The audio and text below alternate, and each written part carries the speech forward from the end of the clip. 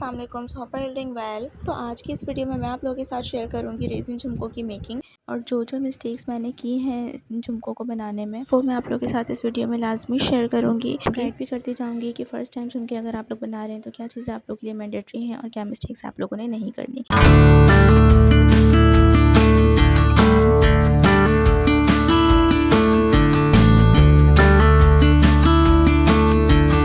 Hello जी, अस्सलाम वालेकुम। So hope you doing well. तो आज की इस वीडियो में मैं आप लोगों के साथ शेयर करूंगी रेजिन झुमकों की मेकिंग और साथ साथ मैं आप लोगों को बताती भी जाऊंगी कि झुमकों को बनाने के लिए मैंने क्या क्या मिस्टेक्स की और साथ में आप लोगों को ये भी बताऊंगी कि झुमकों को बनाने के लिए कौन सी चीज़ें मोस्ट इंपॉर्टेंट हैं और कौन सी ऐसी चीज़ें हैं जिनकी नीड नहीं होती झुमकों की मेकिंग में। तो सबसे पहले तो मैंने झुमकों की बीड्स को अलग कर लिया था और यहाँ मैंने ले लिया था एक यूवी टेप। अच्छा, यहाँ मैं आप लोगों को बता दूँ कि मेरे पास यूवी टेप नहीं था। मैंने स्पेशली इन झुमकों के लिए यूवी टेप ऑर्डर किया था कि ये झुमके मैं अपने लिए नहीं बल्कि एक क्लाइंट के लिए तैयार कर रही थी और मुझे डर था कि ऐसा ना हो मैं सिंपल टेप अगर यूज़ करूँ तो रेज़न लीक होने लगे। तो यूवी टेप और सिंपल टेप में क्या डिफरेंस है ये मैं आप लोगों को आगे वीडियो में चल के बताऊंगी। एनीवेज, झुमकों की बीड्स को मैंने सेपरेट करने के बाद सबसे पहला काम ये किया कि यूवी टेप को अच्छी तरह से झुमकों की बेस पे स्टिक कर लिया और उनकी एजेस को मैंने अच्छी तरह से स्टिक किया ताकि रेज़न लीकेज ना हो। और अब सेकंड स्टेप में हमारा काम था झुमकों में रेज़न को पोर करना। तो यहाँ मैं आप लोगों को बता दूँ कि मैं यूवी रेज़न को यूज़ नहीं कर रही हूँ, मैं सिंपल इपॉक्सी रेज़न को जो है यूज़ कर रही हूँ इन झुमकों, because UV resin is a little bit expensive than epoxy resin. तो अगर आप एज ए बिगनर ये काम कर रहे हैं तो आप इपॉक्सी रेज़न को भी यूज़ कर सकते हैं, ज़रूरी नहीं है आप यूवी रेज़न को ही यूज़ करें। ये इंस्टाग्राम पे एक पेज था स्लेयर्स विश लिस्ट के नाम से, तो मैंने वहाँ से ये रेज़न ऑर्डर की थी। वैसे तो मैंने ये डील में ऑर्डर किया था लेकिन डील के नाम पे मुझसे पैसे तो पूरे लिए गए लेकिन चीज़ें मुझे पूरी नहीं दी गई। बहरहाल यहाँ मैंने रेज़न के कप में ही बबल रिमूवर स्प्रे कर दिया था ताकि जो भी बबल्स हों वो यहीं पे रिमूव हो जाए। अच्छा, यहाँ मैंने कलर्ड रेज़न को पोर करने से पहले एक काम किया था कि मैंने बिल्कुल थोड़ी सी रेज़न बनाई थी सिर्फ इसकी बेस बनाने के लिए। और बेस मुझे बनानी क्यों थी वो भी मैं आप लोगों को बता देती हूँ। झुमकों की जब आप बेस बनाते हैं तो उससे होता ये है कि जब भी आप झुमकों की बेस में कलर और रेज़न पोर करने से पहले हल्की सी रेज़न डाल के उसको स्प्रेड कर देंगे अच्छी तरह से, तो उससे होगा ये कि आपके झुमकों की जो जितने भी एजेस हैं वो चारों तरफ से कवर्ड हो जाएंगी। समझ लें एक तरह से आपके झुमकों में बाउंड्रीज़ क्रिएट हो जाएंगी।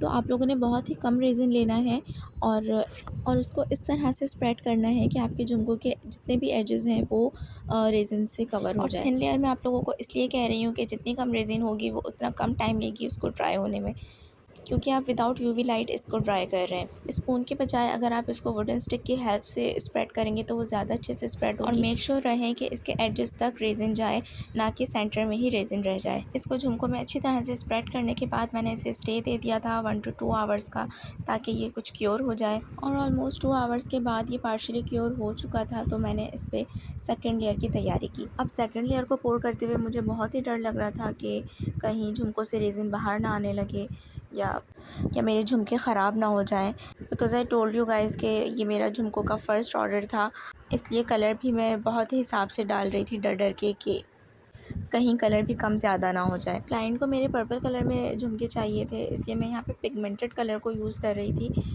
क्योंकि इस कलर में शाइन नहीं होती, जबकि जो मीका पाउडर्स होते हैं उनमें शाइन आ जाती है।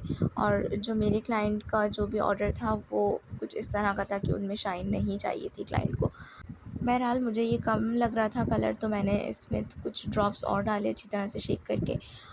और सो गाइस, पहले जो मैंने रेज़न को डाला था झुमकों में वो मैंने सिर्फ उसकी बेस बनाई थी, बहुत थिन लेयर रखी थी। बट अब जो मैं ये रेज़न पोर करूँगी तो ये इसकी थिकनेस में ज़्यादा रखूँगी और आप लोग भी अपने हिसाब से इसको कम या ज़्यादा रख सकते हैं। मुझे जो झुमकों में कलर चाहिए था वो मेरा डिज़ायर्ड कलर मुझे मिल चुका था, इसलिए मैंने इसको पोर किया। और पोर करते हुए मुझे इतना डर लग रहा था कि कहीं रेज़न बाहर ना आ जाए, इसलिए यहाँ भी मैं थोड़ा थोड़ा करके रेज़न को पोर कर रही थी। और जब आप रेज़न को पोर करें तो इस बात का ख़ास ध्यान रखें कि रेज़न आपके झुमकों पे ना गिर जाए, क्योंकि अगर झुमकों पे एक ड्रॉप भी रेज़न का गिर गया तो वो बहुत स्टिकी सा हो जाता है। उसके बाद मैंने वुडन स्टिक की हेल्प से इसको स्प्रेड किया और स्प्रेड करते हुए मैं यही देख रही थी कि रेज़न बाहर नहीं आई, और मैं शुक्र अदा कर रही थी कि शुक्र है कि मेरी ये टेक्निक काम कर गई। मैं जब ये स्प्रेड कर रही थी तो मुझे अपनी गलती का एहसास हुआ कि झुमकों के सेंटर में जो ड्रिंक लगा हुआ है इसको मुझे रिमूव करना था और ये मैंने रिमूव नहीं किया।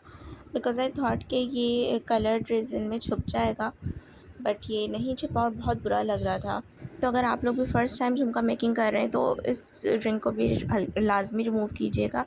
और जी, रेज़िन पोर करने के बाद तो असल काम शुरू होता है। अब मुझे इसको रखना था क्योर होने के लिए 24 आवर्स के लिए, क्योंकि मैं इसको यूवी लाइट में ड्राई नहीं कर रही थी और मुझे इसको नॉर्मल टेम्परेचर में ही ड्राई करना था। और अब आप देख सकते हैं यूवी लाइट को यूज़ ना करने का रिज़ल्ट। एक झुमके से मेरी रेज़िन लीक होने लगी थी, बाकी दूसरा झुमका तो सही था।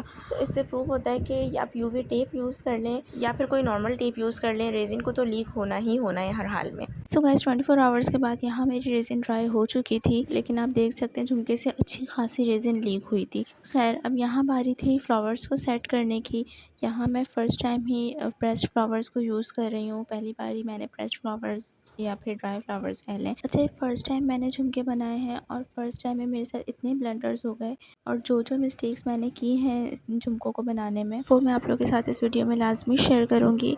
और साथ-साथ आप लोगों को गाइड करती भी जा रही हूँ और आगे भी आप लोगों को गाइड करूँगी कि मैंने क्या-क्या मिस्टेक्स की हैं, ताकि एज़ अ बिगिनर अगर आप लोग फ़र्स्ट टाइम झुमके बना रहे हैं तो आप लोग वो मिस्टेक्स हरगिज़ ना करें और मेरे झुमकों की तरह आप लोगों के झुमके भी स्पॉइल ना हो जाएँ। तो फर्स्ट थिंग तो मैंने आप लोगों को ये क्लियर कर दी कि आप यूवी टेप यूज़ करें, मास्किंग टेप यूज़ करें या फिर कोई और सिंपल टेप यूज़ करें।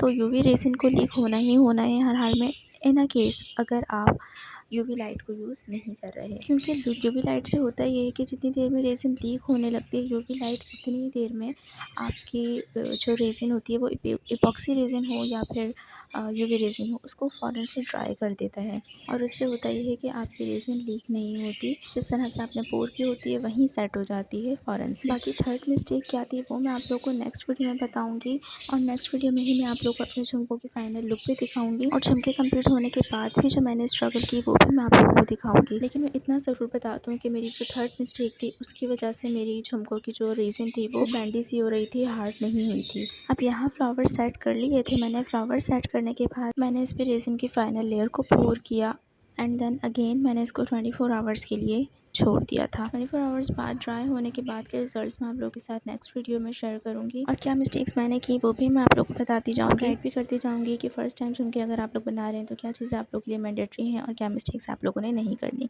सो इन झुमकों की फाइनल लुक देखने के लिए stay tuned with me till the next video. तब तक के लिए अल्लाह हाफ़िज़।